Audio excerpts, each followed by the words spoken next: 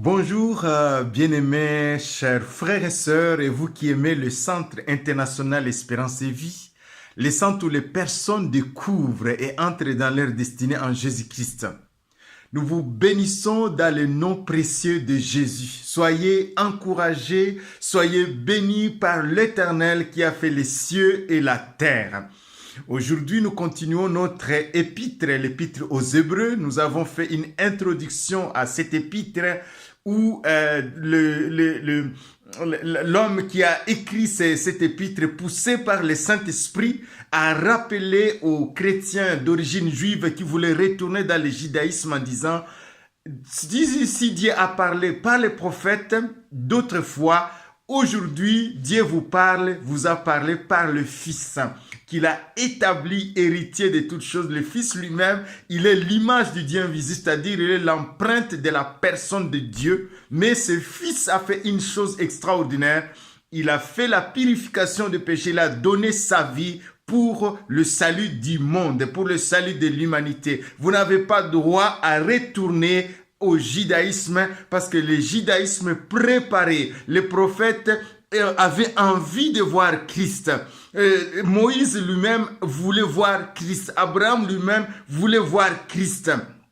Les cérémonies qui se passaient dans les temples préfiguraient Christ parce que personne ne pouvait entrer dans le lieu très saint si ce n'est le souverain sacrificateur une fois par an. Et Christ, lui, nous a ouvert le ciel. Amen. Donc on ne peut pas comparer Christ à Abraham, on ne peut pas le comparer à Moïse, à aucun homme sur la terre. On ne peut pas non plus même le comparer aux anges.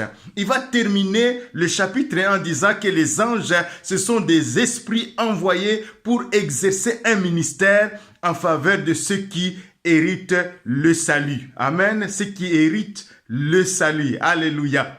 Et au verset, donc au chapitre 2, il commence, il dit c'est pourquoi, au verset 1 à 2, c'est pourquoi nous devons d'autant plus nous attacher aux choses que nous avons entendues de peur que nous ne soyons emportés loin d'elles. Car si la parole annoncée par des anges a eu son effet, et si toute transgression et toute désobéissance a reçu une juste rétribution, comment échapperons-nous en négligeant un si grand salut ? Qui annonçait d'abord par le Seigneur lui-même, nous a été confirmé par ceux qui l'ont entendu, Dieu appuyant leur témoignage par des signes, par des prodiges et divers miracles, par le don du Saint-Esprit distribué selon sa volonté. Amen. Dieu appuyant leur témoignage. Alléluia. Amen. Jésus est venu nous annoncer la bonne nouvelle du royaume des cieux. Le seul message que Jésus prêchait, c'était la bonne nouvelle du royaume des cieux en disant « Répentez-vous, changez votre mentalité parce que le royaume des cieux est là. Le royaume des cieux s'est approché de vous. Ne restez pas dans les raisonnements religieux, ne restez pas dans les raisonnements philosophiques parce qu'il y a un régime nouveau qui est venu, le régime du Saint-Esprit et ma présence est là pour l'attester par des guérisons, des prodiges et des miracles. Oui, c'est vraiment étonnant.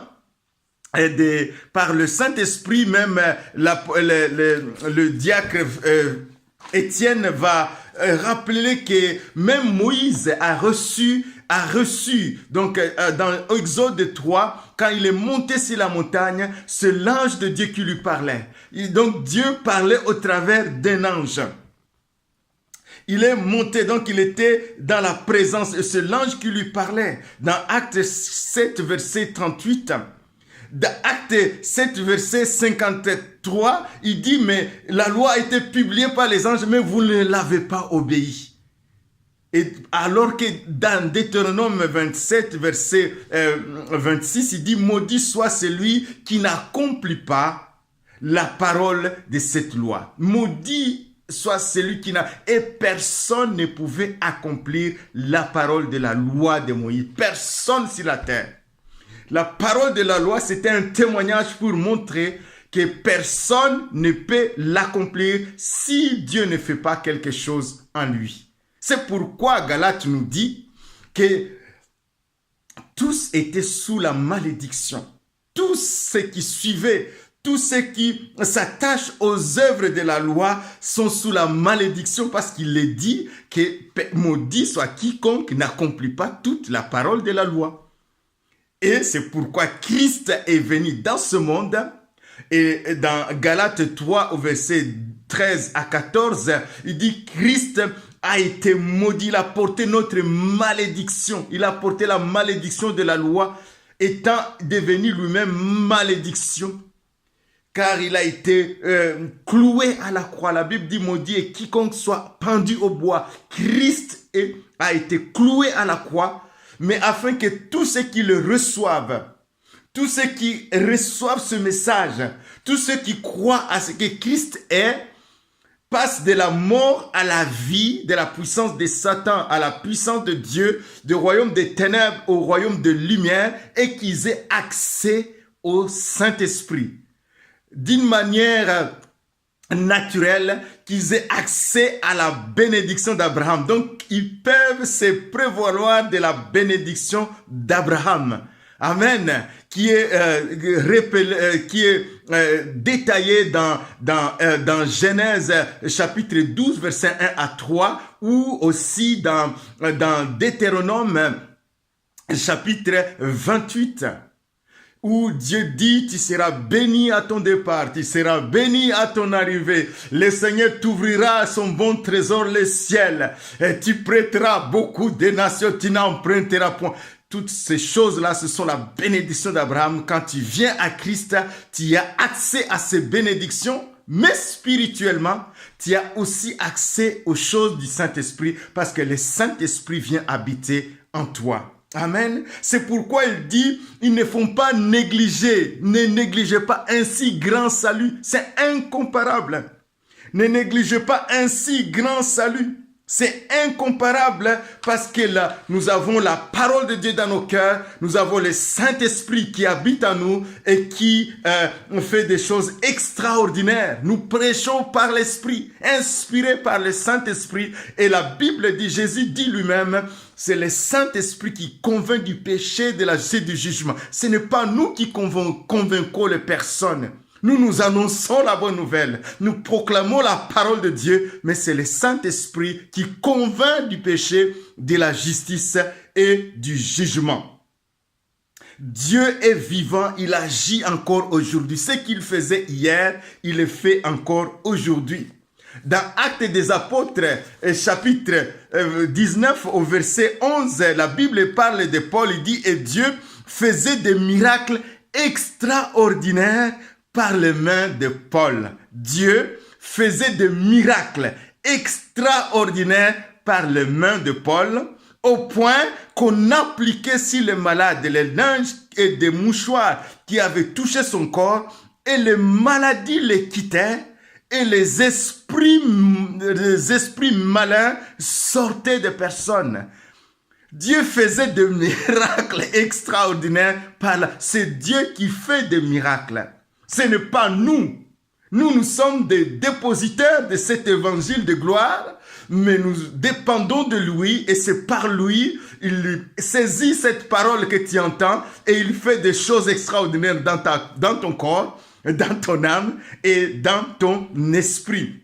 Oui, Dieu fait des miracles encore aujourd'hui et nous allons prier pour le salut. Nous allons prier pour l'éclairage, pour ceux qui ne sont pas, ceux qui doutent encore, ou ceux qui sont dans l'ignorance, ou ceux qui sont dans l'aveuglement spirituel. Nous voulons prier que la parole de Dieu pénètre ton cœur, que la parole de Dieu vivifie ton âme, au nom de Jésus. Seigneur, je prie pour le salut, pour les personnes qui me voient, qui m'entendent, qui m'écoutent.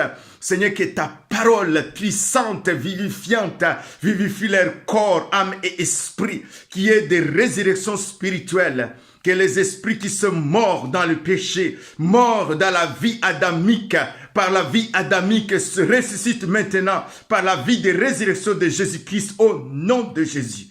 Je prie pour le salut. Seigneur, parce que tu dis le salaire du péché, c'est la mort, mais le don gratuit de Dieu, c'est la vie éternelle. Accorde le salut, Papa.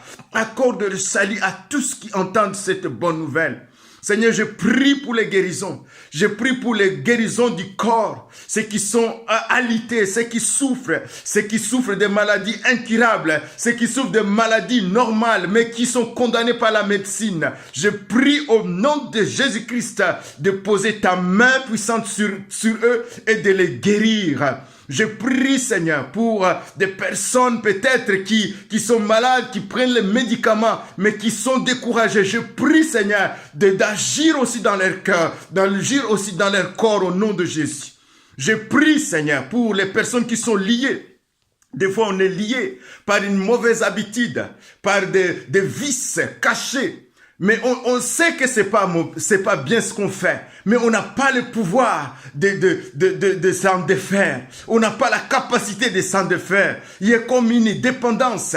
Il y a comme un lien qui est là. Je brise ce lien ce matin au nom de Jésus. Je proclame la liberté des enfants de Dieu. Si tu n'es pas enfant de Dieu, je proclame le salut. Et je proclame aussi la liberté dans ton corps, âme et esprit. Je prie, Seigneur, pour l'ouverture, l'éclairage spirituel, afin que des hommes et des femmes voient clairement comme Christ, parce qu'ils sont lumière, pour éclairer ceux qui sont dans les ténèbres. Je chasse les esprits des ténèbres. Je chasse les esprits de mensonges, les esprits iniques, des esprits d'iniquité, des esprits impurs dans le corps des gens, au nom de Jésus. Je proclame la liberté des enfants de Dieu, un si grand salut. Que le Saint-Esprit accorde des dons maintenant. Que le Saint-Esprit accorde le salut. Que le Saint-Esprit agit maintenant par cette parole et cette prière au nom de Jésus. Merci infiniment, Père, pour ce que tu fais. Comment pouvez-vous négliger un si grand salut? Non seulement nous avons la vie éternelle, nous avons accès à la présence de Dieu, nous avons aussi le Saint-Esprit qui habite en nous et la parole de vie. Soyez encouragés, mes bien-aimés, et à bientôt. Au revoir.